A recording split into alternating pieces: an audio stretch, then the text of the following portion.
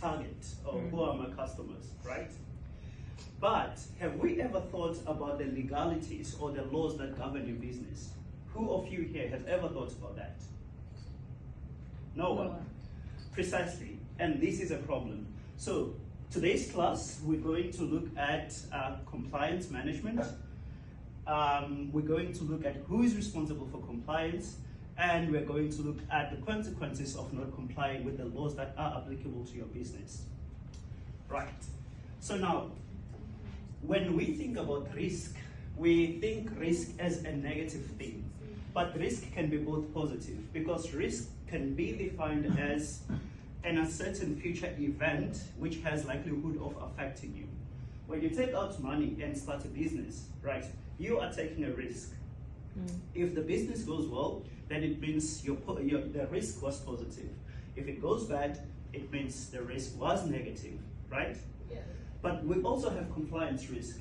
Compliance risk, we simply say there are a set of laws with which you have to comply in your business, right? And if you don't follow those laws, whatever consequence that will follow will be a risk to your business.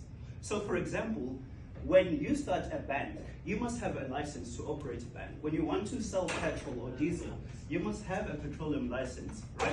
Yes. And if you do not have those, it means that you are operating illegally. And that constitutes non-compliance. Therefore, you can be fined lots of money, right? So now, why should we have compliance? I've already said it, because it's important. It's against the law to operate without your licenses, and where there are set of laws that govern your business or your industry, you must be able to follow those laws. Now, how do we identify and assess our compliance obligations? Right. Compliance obligations, we are referring to all sets of laws, rules, and regulations that apply to your business. But how do you know which of all the laws that are in your country, which laws are applicable to you?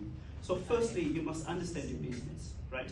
In what industry does it operate, right? Secondly, what products are you selling? So a bank typically will offer 3 products. One, they will offer banking. Banking is where you deposit money and withdraw money. In South Africa, that would be governed in terms of the Banking Act. So the Banking Act is the compliance obligation, or is the set of laws and rules that tells you how exactly you should operate when you're offering that product. It is also supervised by its own supervisor or regulator based on that specific product. The second product that they will offer is insurance. Insurance is different from banking. Insurance is about covering your future losses or your risk of losing something. Then you cover yourself against that. That is a different product. That is also governed in terms of the long-term or short-term insurance, which means that is a different compliance obligation. We'll also have credit. In South Africa, credit will be governed in terms of the National Credit Act.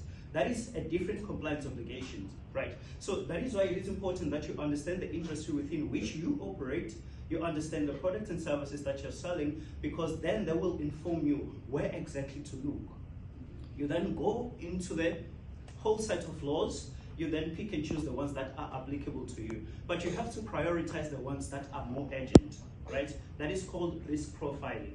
So in risk profiling, or the risk-based approach, we are simply saying, okay, as a bank, you must pay your taxes. We know that is important.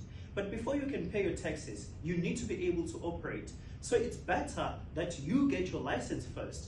That is your first compliance obligation in terms of the Banking Act. You get your license in order to operate. Then after, you can think about paying your taxes to the Revenue Service. That is why it's important to prioritize which compliance obligations you have to follow first. But then in a business, who is responsible for ensuring that we follow our compliance obligations? In an organization, we're going to have your CEOs and other management, right? Management is much more focused on